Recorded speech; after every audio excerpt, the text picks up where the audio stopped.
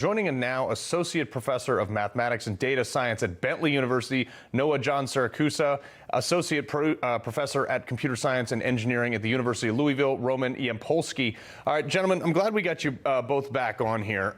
A former Google executive is sounding the alarm on AI. We've had a number of other people warning that this poses a much larger threat than even climate change, which is like the liberal go-to. You know, Noah, how much does it take to understand that this might be bad? Well, I think this particular warning is a really helpful one because it's actually economic. It's about jobs. And we don't know the Skynet stuff. The situation you talked about with the military scenario, it does seem like that was a thought experiment, not even an actual AI simulation. So it wasn't even a simulation, let alone wasn't real. But this latest warning is about people losing their jobs to automation. And I think that's absolutely a huge risk. Imagine if there's massive unemployment. Do you think people are just going to sit back and accept it? They're going to be protesting, rioting.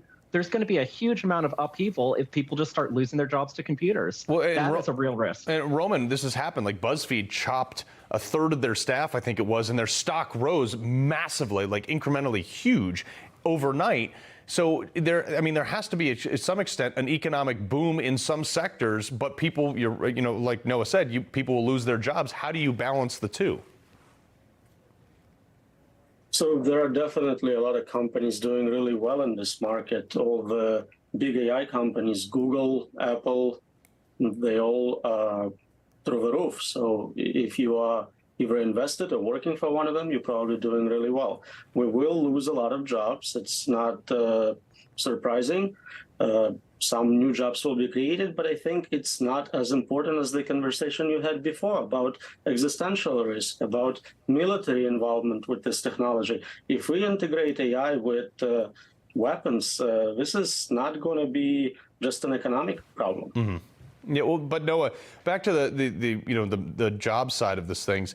Look, when McDonald's in Connecticut raised their minimum wage to I think it was like $10.10 a couple years ago, 5-6 years ago, a lot of the McDonald's automated their tellers. They didn't hire new people. They even fired some people and said it's cheaper to purchase the equipment to automate this.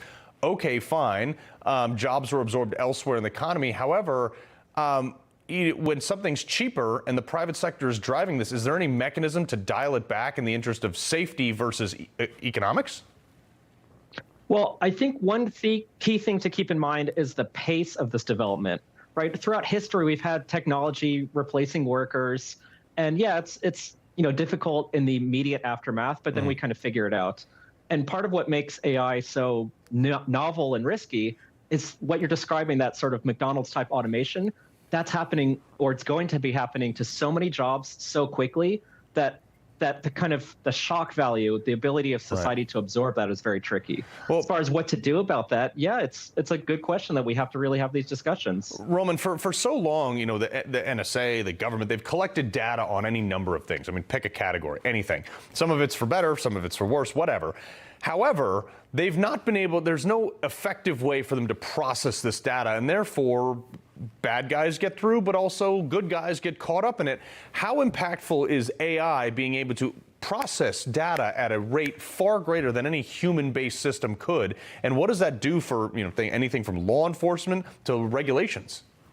It's a game changer. Companies like Palantir can now do massive scale surveillance. They can monitor. We see it already deployed in China. Essentially, you have the social score. Everything you do, you jaywalk, updates your social score, limits your ability to buy products and services. And now it's probably going to come to the US as well. Yeah, that would be shocking. And it's moving at like you said, Noah, it's moving at like seconds, not years, as far as its advancement. So Noah, Roman, we appreciate you being here.